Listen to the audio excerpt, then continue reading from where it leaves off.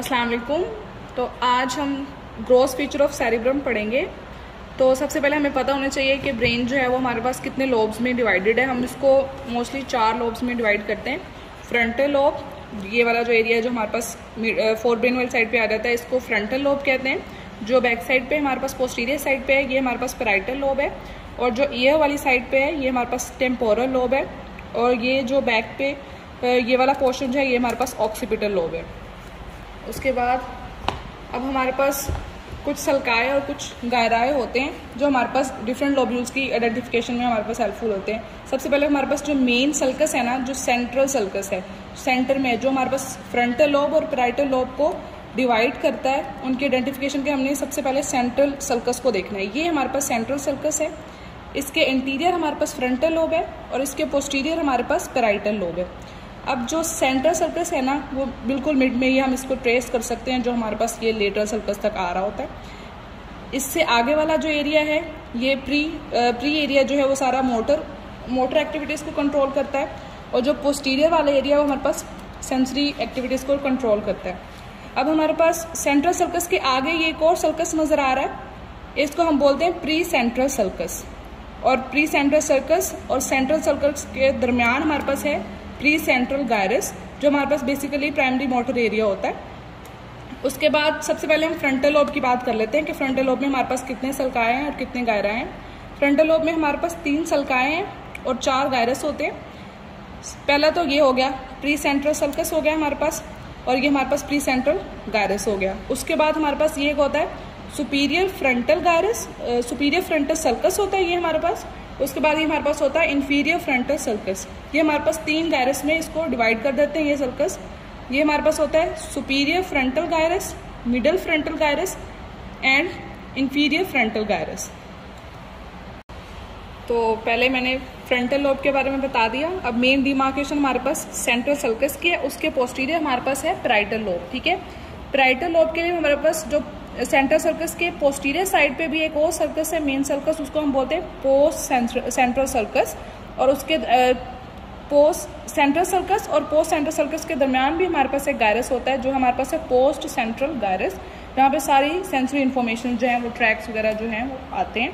ठीक है, उसके बाद अब जो हमारे पास पैराइटल लोब है उसमें 3 मेन सर्कस होते हैं। एक तो हमारे पास जो हो गया पोस्ट सेंट्रल सर्कस हो गया, एक हमारे पास होता है इंट्रा पैराइटल सर्कस, और एक हमारे पास होता है पैराइटो ऑक्सीपिटल सर्कस। ये इस ब्रेन मॉडल में इतना नहीं वाज़िया, इसमें अच्छा बना हुआ है। ये हमारे पास कौन सा हो गया, ये हमारे पास हो गया इंट्रा पैराइटल सर्कस, और ये हमारे पास हो गया पैराइटो ऑक्सीपिटल सर्कस। ये यहाँ से अगर हम इसकी मीडियल साइड पे देखें तो यहाँ से हम इसको ट्रेस करके लोकेट कर सकते हैं, पैराइटो ऑक्सीपिटल सर्कस, ये जो आगे आ रहा है। ठीक है, उसके बाद जो हमारे पास इंट्रा पैराइटल सर्कस है ना, वो 2 चीज़ों में डिवाइड होता है। एक सुपीरियर पार्ट होता है और एक इसका इन्फीरियर। सुपीरियर पैराइटल लोब और इन्फीरियर पैराइटल लोब।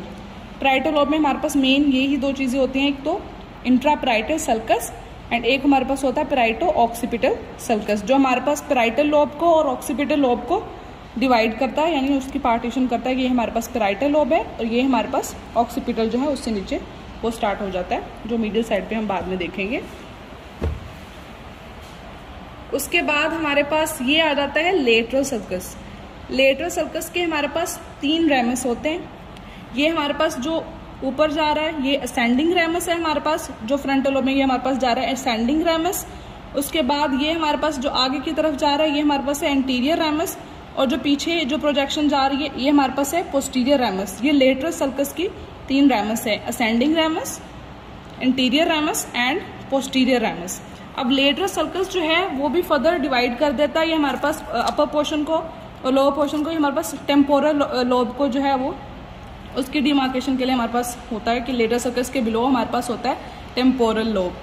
अब टेम्पोरल लोब में हमारे पास क्या आ जाता है, अब ये हमारे पास जो लेटरल सर्कस है वो हमारे पास टेम्पोरल लोब को लोकेट करने के लिए नेसेसरी होता है कि लेटरल सर्कस के नीचे हमारे पास ये वाला जो पार्ट है ये हमारे पास टेम्पोरल लोब का है। ठीक है, ईयर वाले पोर्शन में ये हमारे पास आता है, उसके पास आता है। अब टेम्पोरल लोब में हमारे पास 2 सर्कस होते हैं, superior temporal circus and middle temporal circus. Superior temporal circus के ऊपर हमारे पास सुपीरियर टेम्पोरल गायरस होता है, और ये हमारे पास होता है मिडल टेम्पोरल गायरस, और ये हमारे पास होता है इंफीरियर टेम्पोरल गायरस। अब हम ये ऑक्सीपिटल लोब को कवर करेंगे मीडियल साइड से, लेटरल साइड से हमारे पास ये वाला पोर्शन जो आता है ये हमारे पास ऑक्सीपिटल लोब का पोर्शन होता है। इसको एक सल्कस जो मेन सल्कस है वो डिवाइड करता है पेराइटल लोब को और ऑक्सीपिटल लोब को, जिसको हम बोलते हैं पेराइटो ऑक्सीपिटल सल्कस। ये वाला जो है ये पेराइटो ऑक्सीपिटल सल्कस है, ठीक है। इंफीरियरली ये हमारे पास होता है कैल्कराइन सल्कस। ये पेराइटो ऑक्सीपिटल सल्कस और कैल्कराइन सल्कस प्रोजेक्ट करते हैं और एक ट्रायंगल शेप एरिया बना देते हैं जिसको हम बोलते हैं क्यूनियस। ट्रायंगल एरिया को हम बोलते हैं क्यूनियस, और पेराइटो ऑक्सीपिटल सल्कस के ऊपर वाला जो ये एरिया होता है इसको हम बोलते हैं प्री क्यूनियस। और कैल्कराइन के नीचे हमारे पास एक और गायरस होता है, इसको ये टंग शेप प्रोट्रूडिंग होती है, इसको हम बोलते हैं लिंगुअल गायरस। ऑक्सीपिटल लोब था। अब हम इसकी मीडियल सरफेस पे आ जाते हैं, यहाँ से भी दिखा देते हैं। ये हमारे पास जो ट्रायंगुलर एरिया बन रहा है ये पेराइटो ऑक्सीपिटल सल्कस है, ये हमारे पास कैल्कराइन सल्कस है। ये ट्रायंगुलर एक एरिया बना रहे हैं जिसको हम क्यूनियस बोलते हैं। यहाँ पे हमारे पास प्री क्यूनियस एरिया होता है, ये जो टंग शेप प्रोट्रूडिंग होती है इसको हम बोलते हैं लिंगुअल गायरस। अब हम सेरेब्रल हेमिस्फीयर की मीडियल सरफेस को पढ़ेंगे। यहाँ पे बहुत सारी चीज़ें जो सल्काई और गायराई वगैरह हैं उसके अंदर वाली, वहाँ से हम उसको आइडेंटिफाई कर सकते हैं। जैसे यहाँ पे हमारे पास सेंट्रल सर्कस था, ये अंदर वाला एरिया, और साथ में प्री सेंट्रल और पोस्ट सेंट्रल वाले इस साइड को हम जो इन साइड हम इसको बोलते हैं होली कलेक्टिवली इसको बोलते हैं पैरासेंट्रल लोब्यूल। उसके बाद हमारे पास ये फोर ब्रेन का जो लेटरल पार्ट है ये मीडियल साइड पे हम इसको बोलते हैं मीडियल फ्रंटल गायरस। ये वाला जो एरिया हमारे पास होता है हेमिस्फीयर साइड होता है, इसमें हम इसको कहते हैं सिंगुलेट गायरस होता है। ये हमारे पास ये वाला जो सल्कस है इसको हम सिंगुलेट सल्कस बोलते हैं। सिंगुलेट गायरस के नीचे हमारे पास होता है कोलेजल सर्कस, और उसके बाद हमारे पास व्हाइट मैटर के फाइबर्स होते हैं, इसको कलेक्टिवली हम बोलते हैं कॉर्पस कैलोजम। और इसमें क्या आ जाता है, उसके बाद ये हमारे पास टेम्पोरल रीजन में ये नीचे यहाँ पे जो ब्रेन स्टेम है उसके नीचे ये हमारे पास ये वाला जो नजर आ रहा है इसको हम बोलते हैं अंकस। अंकस के बाद हमारे पास होता है पैरा हिप्पोकैम्पल गायरस, ये जो नीचे है पैरा हिप्पोकैम्पल गायरस। उसके बाद ये वाला जो सर्कस है हमारे पास इसको बोलते हैं कोलैटरल सर्कस, और उसके बाद ये वाला जो सर्कस है हमारे ये गायरस है इसको हम बोलते हैं ये वाला, यहाँ पर ये हमारे पास अंकस है ये वाला। उसके बाद ये हमारे पास आ जाएगा पैरा हिप्पोकैम्पल गायरस। उसके बाद ये वाला हमारे पास कोलैटरल सर्कस है, और उसके नीचे हमारे पास जो गायरस है उसको हम बोलते हैं मीडियल ऑक्सीपिटो टेम्पोरल गायरस। तो it's all about the medial surface of the cerebrum. उसके बाद इसको ब्रेन को ऊपर वाली साइड पे देखते हैं तो ये हमारे पास एक लॉन्गिट्यूडनल फिशर होता है जिसको हम बोलते हैं मीडियल लॉन्गिट्यूडनल फिशर, या इसको बोलते हैं मीडियल सेरिब्रल फिशर। जैसे ये ब्रेन क्लोज है तो ये वाला जो फिशर हमारे पास नजर आ रहा है इसको बोलते हैं लॉन्गिट्यूडनल सेरिब्रल फिशर। इसको फिर हम जब इस तरह खोलते हैं ये आउटर जो सारी लेटरल सर्फेसिस हैं, तो ये हमारे पास जो है मीडियल सरफेस आ जाती है जिसमें हमारे पास ये cingulate gyrus corpus callosum and जो मीडियल पार्ट्स हैं वो सारे आ जाते हैं। So it's all about the growth structure of the cerebrum.